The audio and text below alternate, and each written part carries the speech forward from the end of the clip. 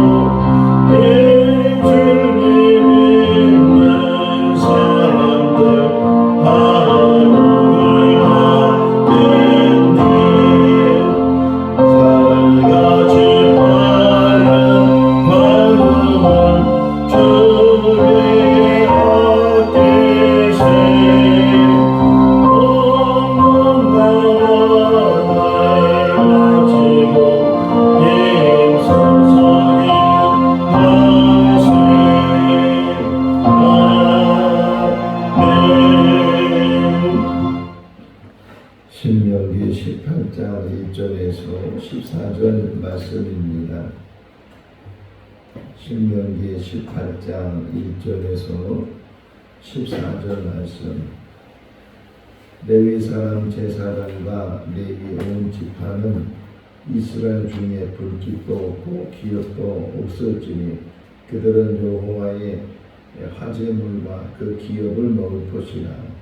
그들의 현장에서 기업을 가지지 않은 것은 여호와께서 그들의 기업을 주시니 그들에게 말씀하신 말씀이라. 제사장이 백성에게서 받은 목은 이러하니 곧 그 드리는 제물의 소나 양이나 그 앞다리와 두 볼과 위랑 이것을 제사장에 줄 것이요 또 네가 처음 거둔 곡식과 포도주와 기름과 네가 처음 깎은 양들을 내게 그에게 줄 것이니 이는 내 하나님 여호와께서 내 모든 지파 중에서 그를 택하여 내시고 그와 그의 자손에게 항상 여호와의 이름으로 서서 섬기게 하셨음이니라.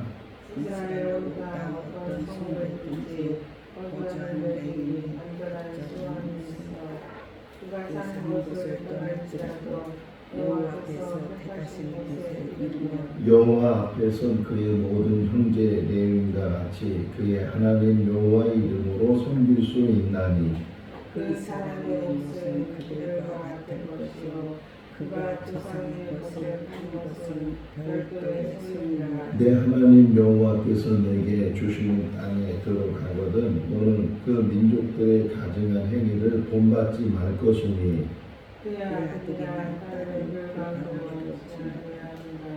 점잖은 기능하는 자나 요술하는 자나 진언하는 자나 신접하는 박수나 초혼자를 너희 가운데 용납하지 말라.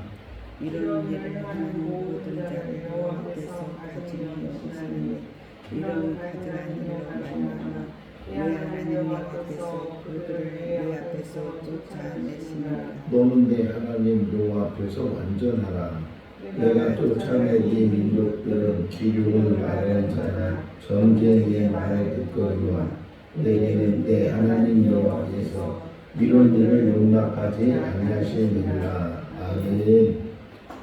러시아와 우크라이나가 지금도 전쟁 중에 있는데 수십 년 전에는 러시아와 우크라이나는 한 나라에 속해 있었습니다. 지금은 러시아라고 말하지만 예전에는 그 나라를 소련이라고 말하고 특별히 소련 연방국가 이렇게 해서 그 러시아를 중심으로 해서 동유럽에 있는 여러 나라들이 연방국가에 속하게 되고 카자흐스탄, 우즈베키스탄, 키르기스탄 뭐 이런 여러 아시아에 있는 중동에 있는 그 러시아와 가까이 있는 나라들도 소련 연방 국가에 속하는 그러니까 큰 나라의 여러 나라들이 같이 모여서 큰 하나의 나라를 만들었는데 그 중심이 뭐냐면 사회주의 국가예요. 그러니까 마르크스 레닌이라는 그 사회주의 학자들이 공산당 선언이라는 그런 이론을 만들어서 그거를 이 국가들이 취한 거예요. 근데 이론적으로 보게 되면 이 사회주의라는 것이 어떤 거냐? 쉽게 말하면 다 같이 열심히 일을 해서 똑같이 나누자. 아니 한 사람만 잘 사는 게 아니고 모두가 잘 사는 그런 사회, 그런 국가를 만들자. 그런 이론이에요. 그러니까 얼마나 좋아요. 똑같이 분배를 해서 누구는 잘 살고 누구는 못 살고 그런 거 없이 모두 다가 잘 사는 나라를 만들자. 이런 이론을 가지고 국가가 된 거예요. 근데 실제적으로 살아보니까 그 앞에 전제가 뭐였어요? 열심히 일하자는 거예요. 열심히 일하자. 모두가 열심히 일을 해서 그래서 얻어지는 것 가지고 똑같이 n분의 1로 분배를 하자. 이게 이론인데 근데 이게 하다 보니까 어떤 사람은 열심히 일을 하고 어떤 사람은 열심히 일을 안 해요. 그런데 나누는 건 똑같이 나눠. 이게 한 번, 두 번은 괜찮은데 이게 계속되다 보면 열심히 일하는 사람이 어떻게 해서 기분이 좋겠어요? 나쁘겠어요? 기분이 나쁜 거예요. 나는 열심히 일하는데 저 사람 펑펑 놀면서 나누는 거 똑같이 나눠? 이래가지고서 열심히 일하는 사람이 점점 없어지게 되고 그냥 똑같이 분배만 받고 싶어하는 그런 사람들만 있으니까 생산이 돼야 그걸 가지고 나눌 수 있는데 그러지 못하잖아요. 그게 무너졌어요. 사회주의가 그런 이론을 가지고는 도저히 똑같이 나누지 못한다. 무너져. 지금도 러시아, 또 중국, 또 대표적인 게 북한이잖아요. 사회주의 국가라고 말을 하는데 근데 북한을 보세요. 북한도 지금 똑같이 나눠져요. 아예 분배를 못하고 있어요.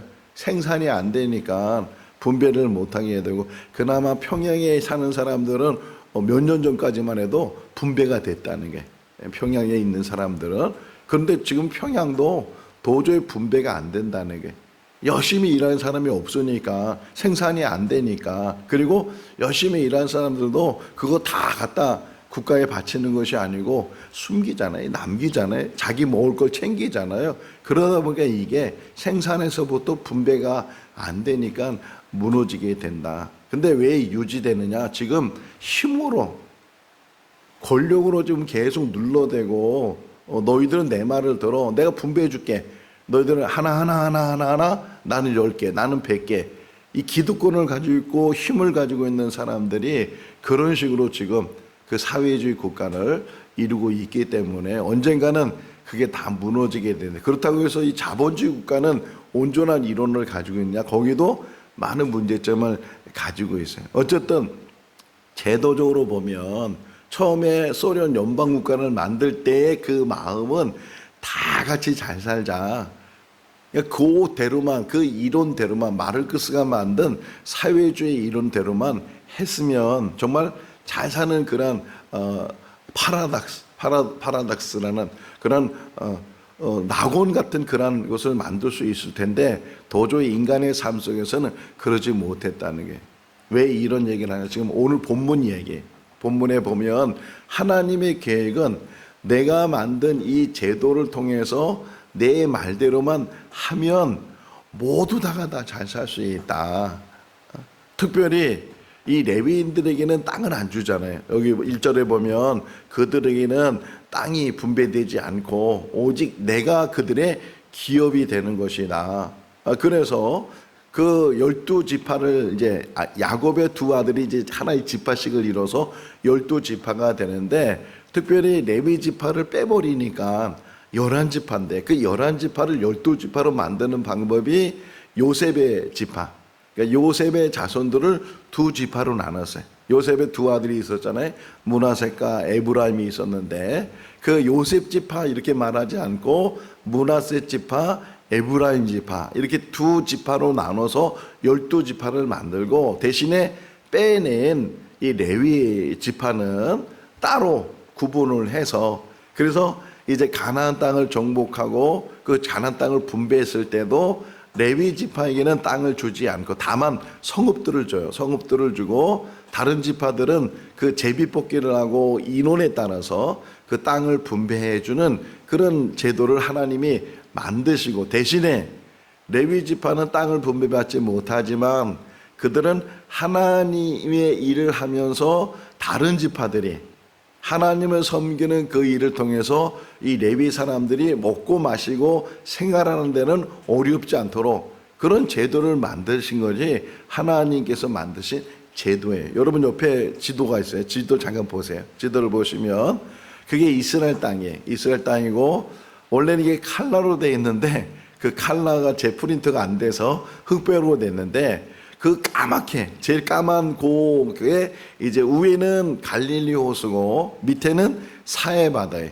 그 갈릴리 호수에서부터 사해 바다까지 선 하나 쭉 그으면 그게 요단강이 되는 거예요. 그래서 요단강 동쪽, 요단강 서쪽, 그러니까 동편, 서편 이렇게 나눌 수 있는데 자 요단강 동편 쪽으로 보게 되면 모세 시대에 벌써 세 지파의 땅을 나눠주잖아요. 루벤 지파, 갓 지파, 므낫세 지파 이렇게 세 지파가 요구를 했어요. 우리는 더 이상 가지 못하니까 이 땅을 우리에게 주십시오. 대신에 저 요단강 서편 쪽에 있는 그 땅을 정복하러 들어갈 때 우리가 제일 앞장서서 전쟁이 끝날 때까지 우리가 제일 앞장서서 싸우고 그리고 다 차지하게 되면 우리 고향으로 우리가 분배받은 그 땅으로 돌아가겠습니다. 이렇게 모세에게 약조를 하고 그리고 그 땅을 얻는 거예요. 또 여호수아에게도 그 약조한 대로 여호수아가 땅을 정복해 나갔을 때 여기 루벤 지파, 갓 지파, 므낫세 지파가 근데 특별히 므낫세 지파를 보세요. 땅이 굉장히 크잖아요. 그런데 그 므낫세 지파는 그 요단강 동편에만 있는 게 아니고 서편 안에도 또 므낫세 지파가 있잖아요. 그래서 흔히 이거를 뭐라고 표현하냐면 므낫세 반지파, 동편 쪽에 므낫세 반지파, 또 서편 쪽에도 므낫세 반지파. 근데 므낫셋이 그 땅을 차지한 걸 보세요. 어마어마한 땅을 차지. 다른 지파는 예를 들면 단지파나 이런 지파는 땅을 조금 차지하는데 이 므낫세 지파는 동서로 그냥 큰 땅을 차지하게 됐다. 므낫세가 누구라고요? 요셉의 아들이란 말이에요. 또 에브라임을 찾아보세요. 에브라임이 중앙에 있죠. 이 여호수아가 에브라임 지파였고, 근데 그 에브라임도 요셉의 아들이잖아요. 그러니까 이 요셉은 어떤 사람이냐? 하나님 원래는 루벤이 장자인데 그 루벤이 장자의 그 특권을 상실해 버렸어요. 그래서 결국은 이 두 목을 갖는 거는 요셉, 그리고 장자의 대를 잇는 것은 유다. 그 유다 지파가 한 땅을 차지한 걸 보세요. 유다 지파도 제일 밑에 어마어마한 땅을 차지하게 되고 그 가운데 시므온 지파가 들어가 있는 것을 보게 되고 어쨌든 이렇게 12지파가 땅을 이제 다 분배를 받아요. 나중에 정복을 한 다음에 분배를 받게 되고 또 이제 칼라로 보면 더 잘 볼 수 있는데 거기 동그란 점들이 있잖아요.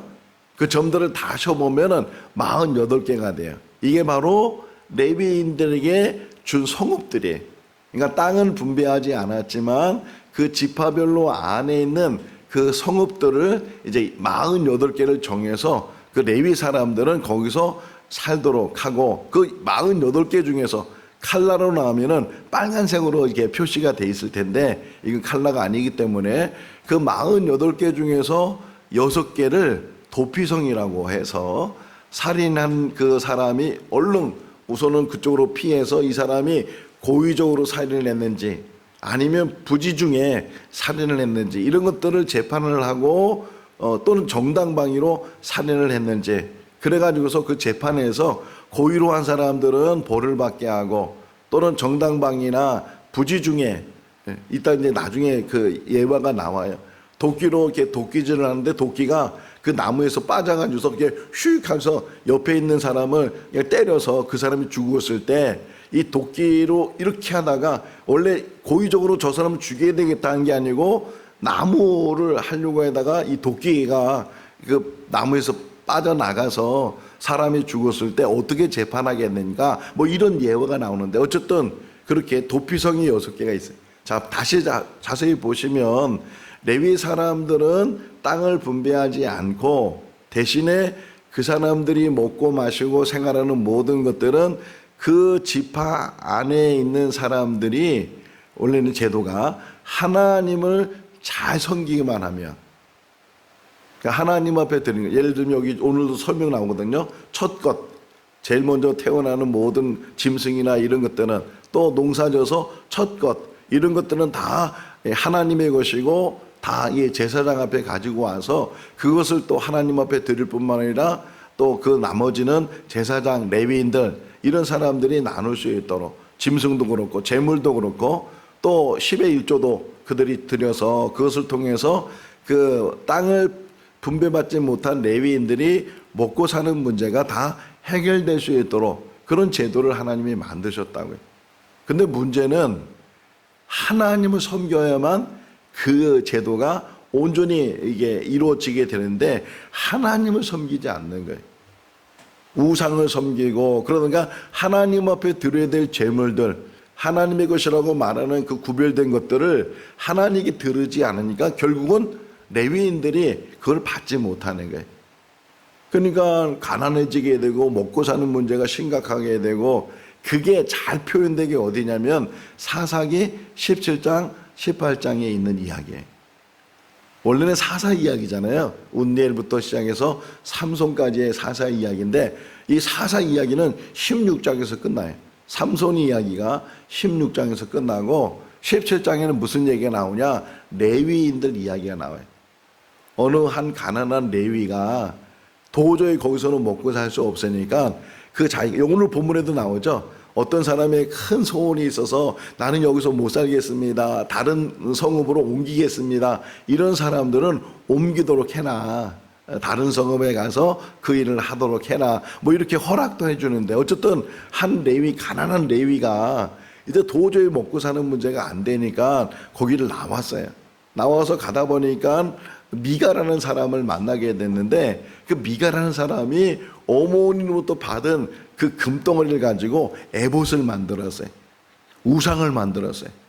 근데 우상을 만들고 이제 그것을 통해서 자기가 신앙생활, 종교생활을 해야 되는데 이 제사장이 없는 거예요. 마침 근데 그 레위 청년이 거기를 지나가게 되고 미가를 만나게 되고, 그러니까 너 떠돌아다니지 말고 우리 집 제사장이 되나. 여기 내가 에봇이라는 그런 우상을 만들어 놨으니까 이걸 가지고 네가 제사장이 되나. 그러면 먹고 사는 문제가 해결되지 않느냐.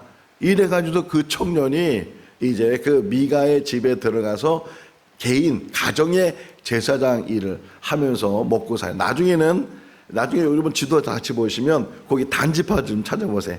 단지파가 있는데 아주 작은 부분이잖아요. 근데 그 단지파가 원래는 이쪽 지중해 쪽에 살고 있던 이 지파가 전체적으로 옮겨가요. 전체적으로 제일 맨 꼭대기 갈릴리보다 더 위에 헐몬산이 나오는데 그 밑에 쪽까지 이 단지파가 올라가는데 마침 그 미가의 집을 지나가게 돼. 지나가면서 보니까 거기에 금덩어리가 있으니까 야 저거 우리가 가져가자. 그래서 빼앗아요. 빼앗으니까 그 처음에는 미가가 왜 내 거 가져가냐고. 너 더 쫓아오면 너 죽어. 쫓아오지 말고 이거 다 우리 거야. 그리고서 그거를 뺏어가는데 그것만 뺏어가는 게 아니고 그 미가 집에 있었던 그 젊은 청년 레위인까지도 야 너 개인 집에서 제사장 할래? 아니면 한 지파의 제사장 할래? 이래가지고 또 그 사람을 데리고 가는 그런 이야기를. 그러니까 레위인들이 먹고 사는 문제가 해결된다니까 자기가 사는 길을 찾고 심지어는 우상을 섬기는 일을 하고 이렇게 하는 일들. 또 그 다음에 18장에 가서 보게 되면 이제는 부자 레위인 얘기가 나와요. 부자. 옛날에도 우리 지역이나 어떤 우리나라에 보게 되면 돈이 많으면 뭐가 생겨요? 돈이 많은 남자들은 첩을 두는 거예요. 첩. 돈이 있으니까 첩을 두고 막 여기 첩 얘기가 나오는 거예요. 레위기 사사기 18장에 보게 되면 한 레위인이 첩이 있어서, 그러니까 첩이 있다는 건 돈이 많다는 거예요. 버는 게 많고 들어오는 게 많고 그러다 보니까 이게 딴짓하는 거예요. 그러니까 목회자도 또 교회 일하는 사람들도 너무 부해도 그게 문제가 커지는 거예요. 아주 너무 가난해도 먹고 사는 문제가 해결이 안 되니까 지금도 그런 목회자들 많잖아요. 도저히 교인들 헌금 가지고는 생활이 안 되니까 뭐 택시를 못 대든가 밤에 뭐 대리운전을 한다든가 이래가지고서 생활을 해결하는 그런 목회자도 없지 않은데, 이런 부분이 지금도 있는 것처럼 그때는 그렇게 해요. 어쨌든 부자 레위가 생기니까 그 부자들은 첩을 뒀는데 그 첩이 윤관을 당해. 베냐민 지파 사람들에게 윤관을 당해서 결국은 그게 죽어요. 그러니까 이 분이 나니까 이 부자 레위가 자기 첩으로 있던 그 여자를 12동강을 내요. 12동강을 해서 각 지파별로 그거를 보내가지고서 여차여차해서 이 여자가 윤관을 당했다. 그래가지고서 전쟁이 일어나가지고서 큰 문제가 일어나는 그런 일들을 보면서 너무 가난한 레위인, 너무 부유한 레위인, 이게 또 문제가 되는데, 어쨌든 하나님께서 원하시는 것은 하나님의 제도 속에서 너희가 나를 잘 섬기고 나를 잘 섬기는 그거, 또 내일을 전적으로 하는 레위인들이 있으니까, 제사장들이 있으니까 또 그것을 통해서 그들도 먹고 사는 문제를 다 해결하고 하는 그런 부분을 하나님께서 모세를 통해서 만들어 두셨는데 그것이 이루어지지 않았다. 결국 무너지는 그런 모습들을 보게 되고, 자, 그 다음 뒷부분에 보게 되면 너희가 그 안에 들어가게 되면 많은 우상들이 있을 것이다. 많은 우상들, 처음에는 뭐라 그래요? 9절 말씀에 보게 되면 그들을 본받지 말아라. 우상을 섬기는, 내가 왜 그들을 징벌했느냐? 바로 나를 섬기지 않고 우상을 섬겼기 때문에 그들을 징벌했다. 그들을 진멸했다. 너희들도 마찬가지다. 너희가 나를 잘 섬기게 되면 너희는 영구히 여기서 살겠지만 우상을 섬기게, 그들과 같이, 이렇게 표현해, 그들과 같이 우상을 섬기게 되면 그들이 진멸을 당한 것처럼 너희들도 진멸을 당할 것이나, 아니라 달라요. 결국은 그들이 우상 때문에 무너지게 되고 바벨론으로 끌려가게 되는 그런 일들을 보게 되는데, 그것들을 본받지 말아라. 여기 하나 우리에게 주는 교훈이에요. 우리가 본받아야 될 게 뭔가. 세상에 보니까 저 사람은 하나님도 안 믿는데 잘 살아, 저 사람은 저렇게 하는 남 등치고 사기치고 나쁜 짓 하는데 잘 살아. 그래서 그런 사람들을 쫓아가고 자기도 그런 사람이 되지 말라는 거예요. 잠언에서도 말하잖아요. 악인의 형통함을 부러워하지 말고 그 길을 똑같이 행하지 말라고 경고하는 것처럼, 우리가 정말 이 땅에 사는 삶 속에서 어떻게 살아야 되는지, 무엇을 하며 살아야 되는지 하는 것들을 잘 알아야 되고, 그 다음 나오는 이야기들은 대부분 예언하는 사람들, 점치고 뭐 예언해주고 진언해주고 이런 사람들, 그런 사람들을 용납하지 마라. 사람이 제일 궁금한 것은 미래잖아요. 내가 미래에 어떻게 될 것인가, 내년에 내가 어떻게 될 것인가, 10년에 내가 어떻게 될 것인가, 물론 다 궁금하며 살지만 그런 거를 얘기해 준다고 해서 그런 사람 말에 미혹당하거나 그래가지고서 실족하면 안 된다. 미래는 누구의 것이에요? 하나님의 것이에요. 하나님의 것이에요. 아무리 미래를 예측하고 또 미래에 대해서 혹이나 안다고 해도, 옛날에 나왔던 드라마 중에 또 오해영이라는 그런 드라마가 있어요. 뭐 여러 가지 복잡한 이 똑같은 이름을 가진 사람에 의해서 이제 이야기가 나오는데, 그 이야기 드라마 중에서 어떤 이야기나 어떤 남자가 자그만 미래를 환상으로 보는 거예요. 미래를, 앞으로 이루어질 일들이 자꾸만 눈에 보이고 환상이 보이고 또 어느 때가 되면 그것이 막 이루어지고 하는 그런 드라마예요. 근데 요즘 보세요, 드라마가.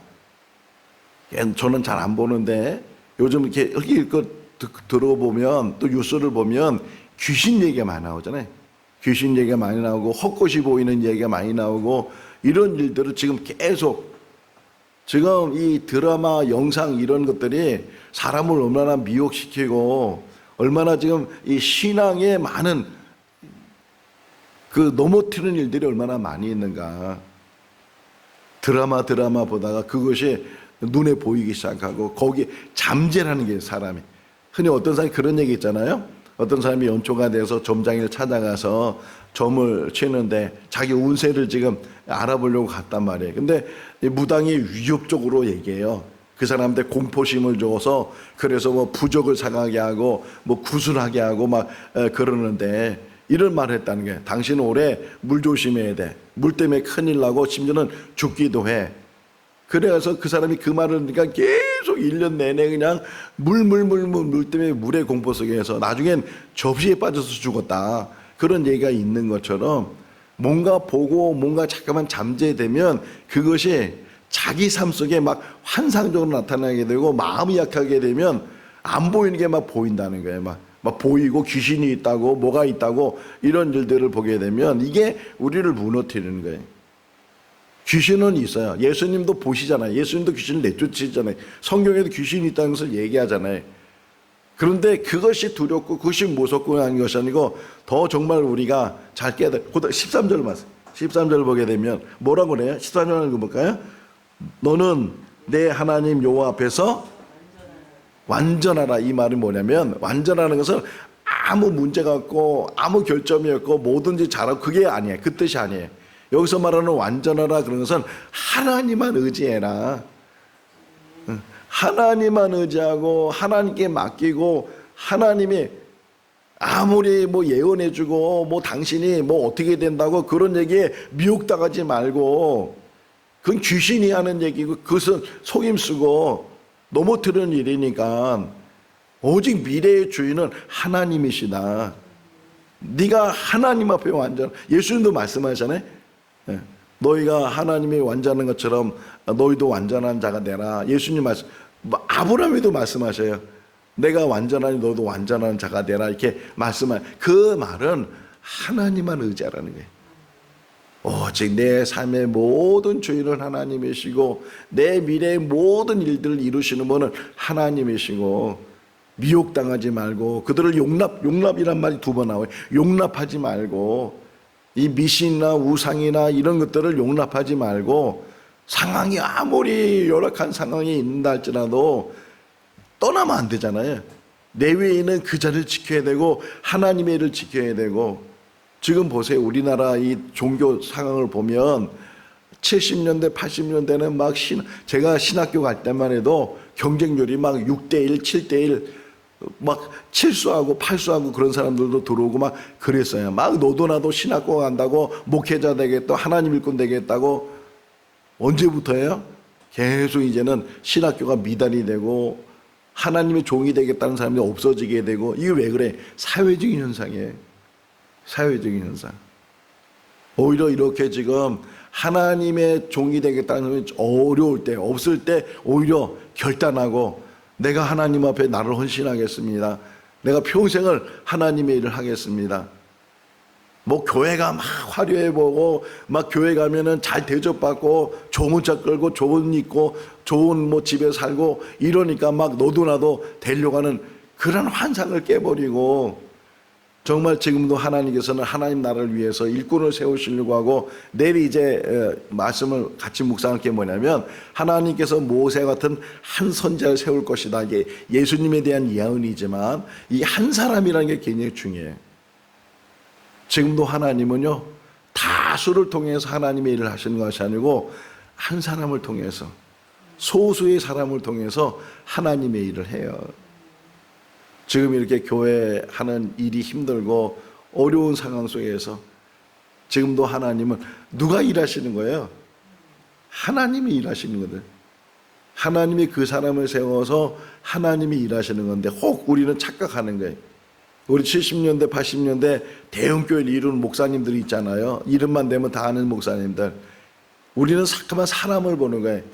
그 사람이니까 했다고. 그 사람이니까 한 것이 아니고 그 사람을 통해서 하나님이 하셨거든요. 지금도 하나님이 하셔요. 대단한 일을 해서 하나님께서 그 사람을 세우는 것이 아니고 작은 부분 속에서 하나님은 그 일을 하셔요. 저는 정말 축복받은 사람 중에 한 사람이 빅개전도 하는 게 너무 축복받은 거예요. 누구나가 할 수 있는 일이잖아요. 뭐 특별한 사람만 하는 것이 아니고 그런데 그 일을 하는 사람이 몇 명이나 있겠어요? 저만 하는 건 아니에요. 어딘가에 지금 하나님의 복음을 위해서 하는 사람들. 근데 소수의 사람들이잖아요.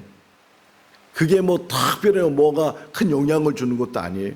그럼에도 불구하고 하나님은 그 작은 하나, 겨자씨 하나가 떨어져서 땅에 심겨졌을 때 그것이 큰 나무를 이루는 것처럼 작은 하나님의 섬김이, 오늘 찬송가 450장 부른 이유도 내 평생 소원, 주의 일 하다가 어떤 일이든지 작은 일도 오직 주님을 바라보고, 여기 완전하라, 주님만 의지하고 주님만 바라보고 다 맡기고 사는 그런 삶을 우리가 살게 되면 이 땅에 사는 삶이 세상에처럼 성공하는 삶이 아니고 세상에서 뭐 부귀영화를 누리는 그런 삶이 아니라 할지라도 이 땅에서 사는 삶이 사명자의 삶이 되고 하나님께서 우리를 보내신 그 뜻을 이루는 삶이 되는 줄로 믿습니다.